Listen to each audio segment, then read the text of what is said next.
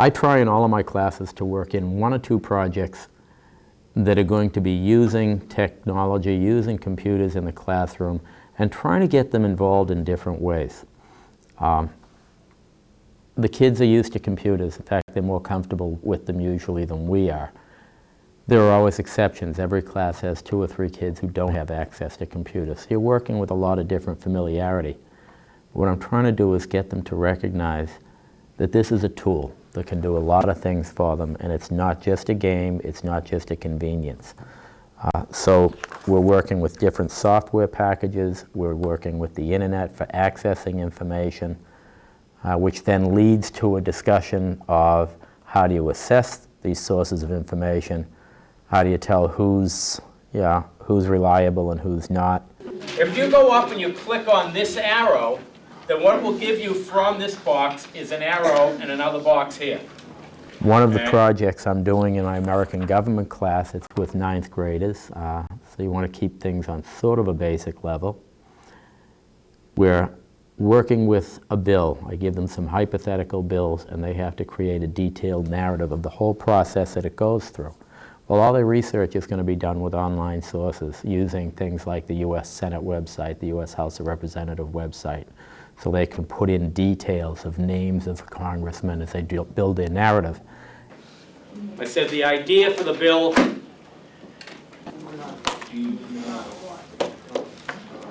from a constituent or whatever you are saying in your narrative. Okay? So you just highlight the text in there and type whatever you want. Again, it's very engaging for the kids. It holds their interest. You're getting them in touch with more of the world than they would normally be in touch with. And I think especially where we're sort of an isolated area up here in New Hampshire, you're giving them access to just a lot more types of thought, a lot more experience. Downsides to it.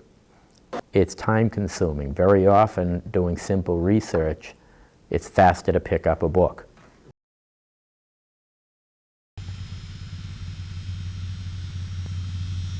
Let's see, we've had, since Christmas, had the iBooks for each child. I have 18 children in my classroom. And so we have 18 computers in the classroom now with the iBooks. So each child can have their own computer. Well, the first thing we're going to do is we're going to get our computers. Don't you move. We're not going yet. Sit, please. Thank you. Once we have our computers, we're going to open KidWorks. And you're going to start a new book. And what that allows us to do is during reading groups, I'll work with one group of kids and the other group is using a reading program on their iBook. And then the next day we'll flip-flop and it'll be the opposite. I was very impressed with how quickly they were able to write on them. It wasn't a lot of hunt and peck. They've used them enough and done a little bit of type to learn so that they know kind of where the keys are. And earlier this morning, the kids responded to a story and a comprehension question, and it took much more thought and anxiety or something. I'm not sure what it was to get their thoughts on paper with pencil, and for them to do this KidWorks writing was a piece of cake. I mean, they immediately, even the kids who are LD, immediately were able to come up with a story. And I have no idea why that is, but it certainly works. It certainly works for them. I have 2 children whose handwriting is almost impossible to read because they have such fine motor problems. But you put them on the computer, and even though the spelling is rather strange, you can at least read what they've written. And that's a big thrill for them. Kids who can't spell. You know, it's a disability. Some kids just can't spell. Adam, what a great story. Even looks like your own handwriting. But it's the only K. I can't really get it. You know what? It is UNCLE. And then you want to do a remember, boys and girls, not to touch the screen, okay? I know there are lots of fingerprints on there, but we need to keep our hands away from it. Yeah, because they're all greasy. We're using them for writing. We've done research on dinosaurs using the internet. And they've each had their own individual computer to do that with. And they've gotten information on individual dinosaurs from the internet. And then using the KidWorks program that we were using this morning, they're going to write a report on their dinosaur. I wrote a letter at the beginning telling them that we were going to be using the internet and that there would be lots of supervision and that the kids were going to be using the computers. And I haven't had any kind of negative response at all. I had a parent in helping this morning who's very enthusiastic about being here and helping the kids out. And I think certainly the motivation, particularly for this year, was this technology mentoring kind of teaching program. The interesting thing with computers, though, is I do a lot of cooperative learning, and I haven't done a lot of it using computers. It's been really nice for everybody to have their own. So that's something I need to put into my thought process. I don't know, I think without computers, the kids didn't know what they were missing. My concern for them is that we'll have them through June when I have these children, the same children, I stay with them for 2 years. When I have them in the fall and we don't have the computers, it's going to be difficult for them, I think.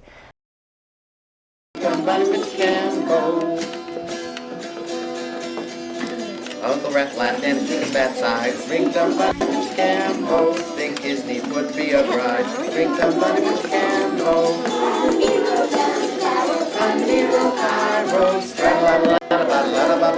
ring tum bum Cambo.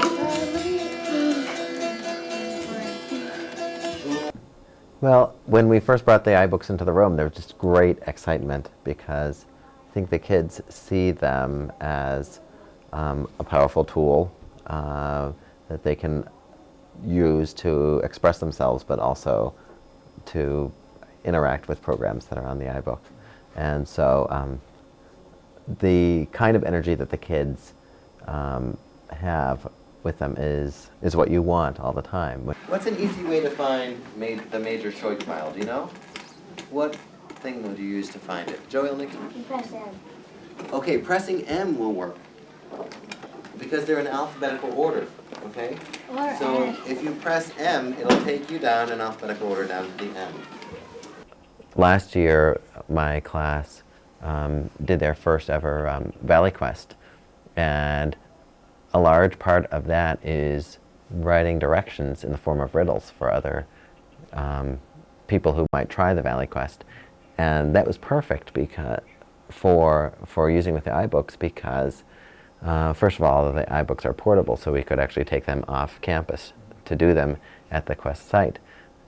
Second, the process of writing a riddle to give someone directions is some of the most complicated thinking and writing that the kids have done, and to be able to edit that in all the ways that you can on a computer was really facilitated them completing the assignment really well.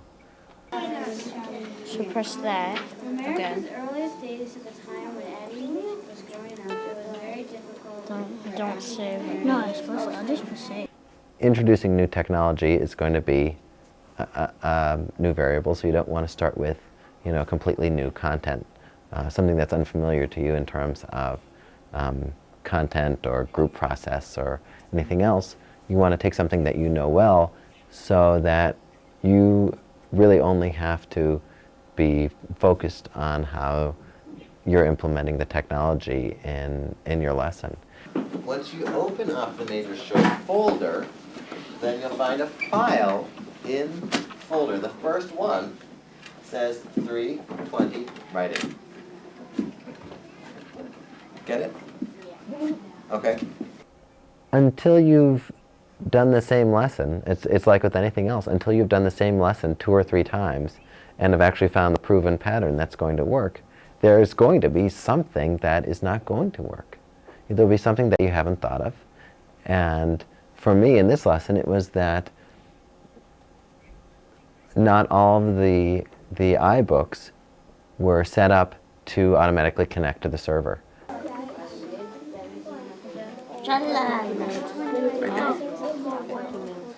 Mr. Major, it says that file is being used by another Apple. Not my fault. That file is being used by another application. By another application. Mr. Major, it's not my fault. The file is being used by another application. Okay, hold on. Mr. Major. Okay. How do you get here? Okay, This is confusing. so, do you two guys know how to save on, are you familiar with This Mac? file is. Can I show you guys how to do something so you can help them? Because what's going to happen is until... Maddie, I get the same thing too. Okay, Lucas has it here. Kenny, Michael got it. You know, it's not a matter of getting frustrated at the technology, it's knowing that that something's not going to work and that you have to allow for that. Mr. Major. Try to go. I can't click on OK. This thing is going everywhere.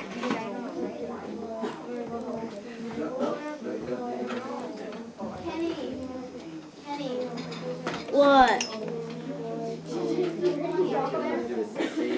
No, I just... Cool, this thing is spinning round and round and round. Round and round and round. Study paintings, Jolly Boatman, and Buffalo Chips. Important things are actually walking through the procedure yourself of what the kids are going to do, seeing how they're going to open up all of the, how they're going to open up the server, the file folder, and their particular document, and making sure that all of that is self-evident, or if it's not, that you're actually instructing the students in how to do that. So remember, one of the good things about the computer is that you can leave this. You don't have to erase it, right? Why don't you just press return? And then it'll go down. Right.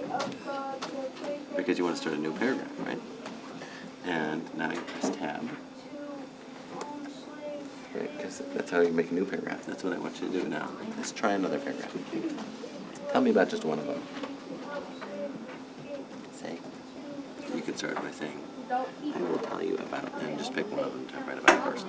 Does that make sense? And then you can leave this, and then later on, if you decide there are things that you want to add to this paragraph again, it doesn't. So if you decide in the end it doesn't make sense, then you can go back and erase the entire thing. I mean, this entire first thing.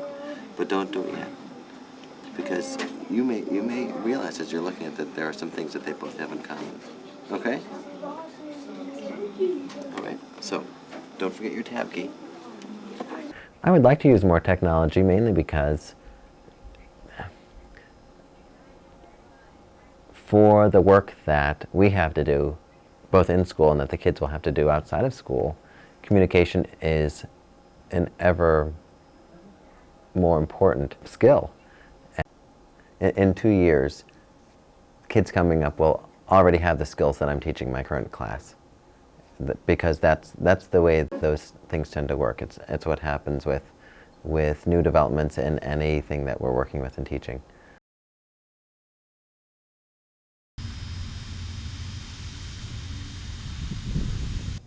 Okay, the project we're doing right now is a project that involves the children keeping track of what they did over a weekend and then coming in and graphing it and changing fractions to decimals, decimals to percents, and then looking at percents going to degrees of a circle. We came in and used the computers here in the computer lab in order to get that technology piece that the children so badly want and so badly need, because we're so computer-based as a society now.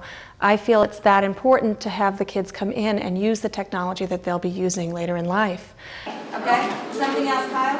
I am. Instant messengering, okay?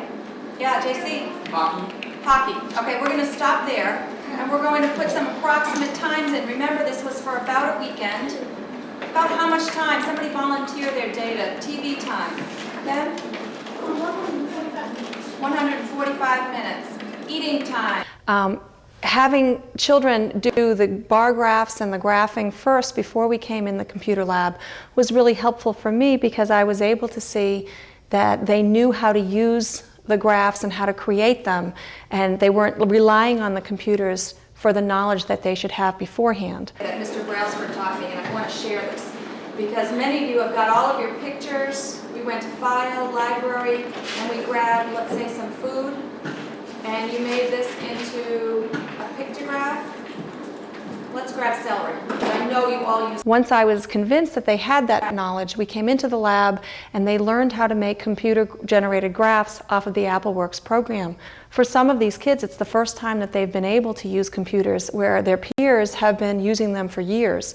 So they came in on an unequal basis, but through teacher-directed activities from the beginning, they all got the same instruction and within a matter of minutes had the same confidence in themselves to use the technology. Because I did it first time and they said not enough data, and so I put more, and then now okay, put minutes.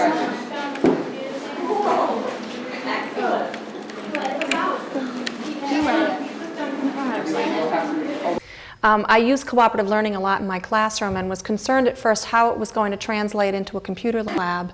And from the lesson that we did here, it was quickly translated to children helping one another at the computers because one teacher is not able to circulate and help 25 different students. We do have students who volunteer when they find something that's really amazing and they think other children would enjoy. We have them come up to the main computer so we can put it up on the screen and all the children can share in whatever the finding is. Also, if children are having a hard time in this activity, they needed to bring in pictures from clip art into their graph. If they couldn't think of what to use for a particular category, they were able to go to another student and ask, or just raise their hand and ask for help from the entire class. And the children just love being the experts, so they just chimed right in to help them out. I would say using technology at every opportunity is priceless. The first time you use it and you plan on integrating it into a unit is very frightening. I would look for all the support that you can find in adults and in students. Ask the children what they would like to do when it comes to technology, and you'll find that you've got experts right in your classroom. Ask for help in your district if you've got a computer specialist. Ask for as much help as you can, but use it at every opportunity. This year I started using graphing calculators in my math class, just a simple activity, and it was able to tap into multiple intelligences where the children were using bodily kinesthetics in order to understand graphing. So we've got the technology. If we're not using it, we're not doing our children a service.